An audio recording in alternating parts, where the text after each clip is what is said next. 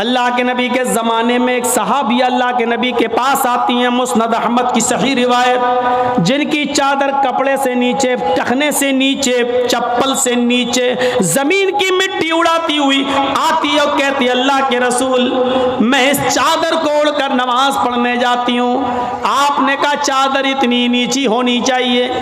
اس نے کہا اللہ کے نبی کبھی کبھی زمین پر پیشاب و پائخانہ پڑا ہوتا ہے، گندگی پڑی ہوتی ہے، تو کیا میں تھوڑی سی اوپر کر کے پائخانہ گندگی کو کراس کر کے آگے نکل جاؤں؟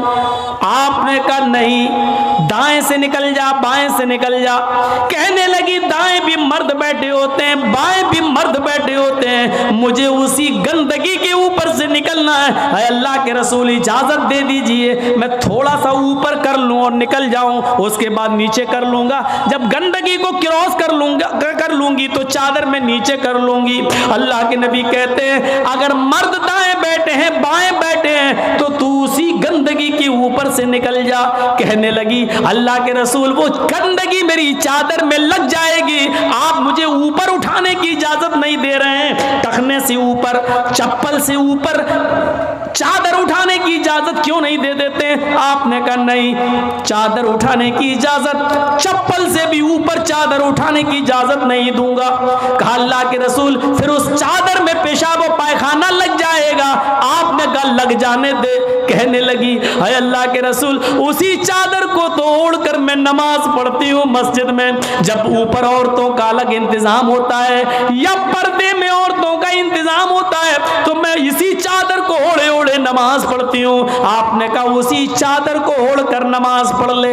کہنے لگی اس میں پیشاب و پائخانہ لگ جائے گا، کیا اسی اور چادر کو اوڑھ کر نماز پڑھ لوں؟ آپ نے فرمایا ہاں اے عورت، جب پیشاب و پائخانہ تیری چادر میں لگے گا، جب تو آگے بڑھے گی تو تیری چادر زمین پر پڑی ہوئی مٹی سے رگڑ کھائے گی، کیونکہ تیری چادر نیچے ہے۔ جب پیشاب و پائخانہ اس میں بھر جائے گا، جب تو آگے بڑھے گی تو زمین پر پڑی ہوئی مٹی پر تیری چادر رگڑ کھائے گی، اور زمین پر پڑی ہوئی مٹی سے رگڑنے کی وجہ سے زمین کی پاک مٹی تیری چادر کو پاک کر دے گی، لیکن تجھے چادر اٹھانے کی اجازت نہیں، اسی چادر میں تو نماز پڑھ لے۔